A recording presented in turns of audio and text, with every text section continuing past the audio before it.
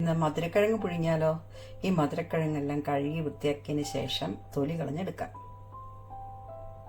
Sweet പൊട്ടറ്റോയൊക്കെ ഈ മധുരക്കിഴങ്ങൊക്കെ പണ്ട് ഞങ്ങളുടെ വീട്ടിൽ ഒരുപാടുണ്ടായിരുന്നു. ഇതിൻ്റെ ഒരു വയലറ്റ് കളറും കൂടിയുണ്ട്, വെള്ള കളറും ഉണ്ട്. ഇതിപ്പോൾ ഓറഞ്ച് കളറായ ഒരു സ്വീറ്റ് പൊട്ടറ്റോയാണ്. ഇത് നമ്മൾ കടയിൽ നിന്ന് വാങ്ങിയതാണ്. ഈ പണ്ട് ഞങ്ങളുടെ വീട്ടിൽ കപ്പ ഇടാൻ വേണ്ടി കുറേ സ്ഥലം നീക്കി വെക്കും. അതായത് റബ്ബർ വെച്ചതിന് ശേഷം ഇച്ചിരി കല്ലും ഒക്കെ കൂടിയുള്ള സ്ഥലം നമ്മൾ ഈ റബ്ബർ വെച്ച് വക്കുകയില്ല അവിടെ.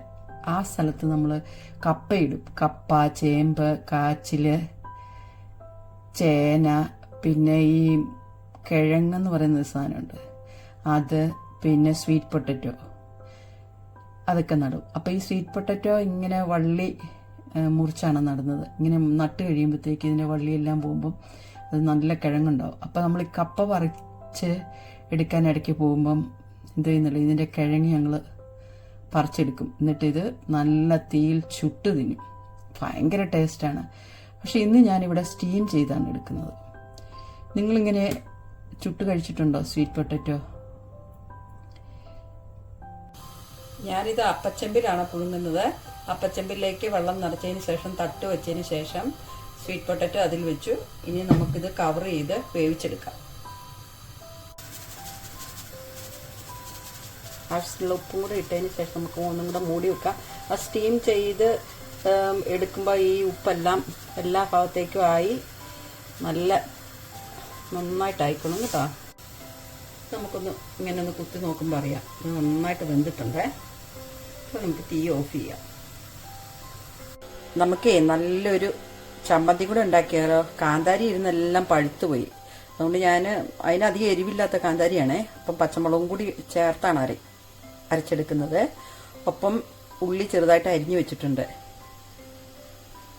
കല്ലിലേക്ക് ഞാൻ എടുത്തു വച്ചിരുന്ന മുളകെല്ലാം കൂടെ ഞെട്ട് പറിച്ച് ഇട്ടിട്ടുണ്ട്. ഒപ്പം ഉള്ളി ഇട്ടു. അത്യാവശ്യം വേണ്ട ഉപ്പും കൂടെ ഇട്ടിട്ടു.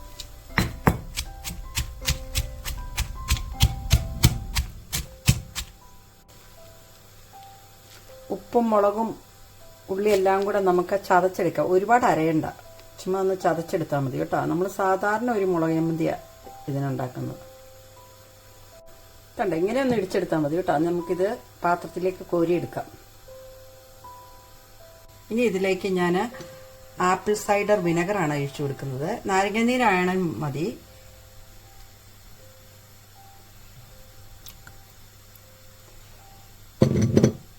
എരിവും പുളിയൊക്കെ ഒന്ന് ബാലൻസ് ചെയ്യാൻ വേണ്ടിയാണ് ഇത് ഒഴിച്ചെടുക്കുന്നത്. ഫൈനലി നമ്മുടെ കോക്കനട്ട് ഓയിൽ, അത്യാവശ്യം വേണ്ട കോക്കനട്ട് ഓയിലും കൂടെ ഒഴിച്ചതിന് ശേഷം നമുക്ക് നന്നായിട്ട് ഇളക്കി ഉപ്പൊക്കെ ബാലൻസ് ചെയ്തിട്ടുണ്ടോ എന്ന് നോക്കാം. ലുക്ക് നൈസ്, വളരെ കളർഫുള്ളാണ്. വിനാഗിരി ഒഴിക്കുമ്പോഴത്തേക്കും വെളിച്ചെണ്ണയും കൂടെ ഒഴിച്ച് കഴിഞ്ഞപ്പോഴത്തേക്കും ആ പുളിയും എരിവും എല്ലാം നന്നായിട്ട് ബാലൻസ് ചെയ്യും. അടിപൊളിയായിട്ട് ഇത് വെന്തിട്ടുണ്ട് സ്വീറ്റ് പൊട്ടറ്റോ. ഇതിൻ്റെ കൂടെ നല്ല കോമ്പിനേഷനാണ് മുളക് ചമ്മന്തിയും നല്ല കോട്ടയം ഫിഷ് കറി.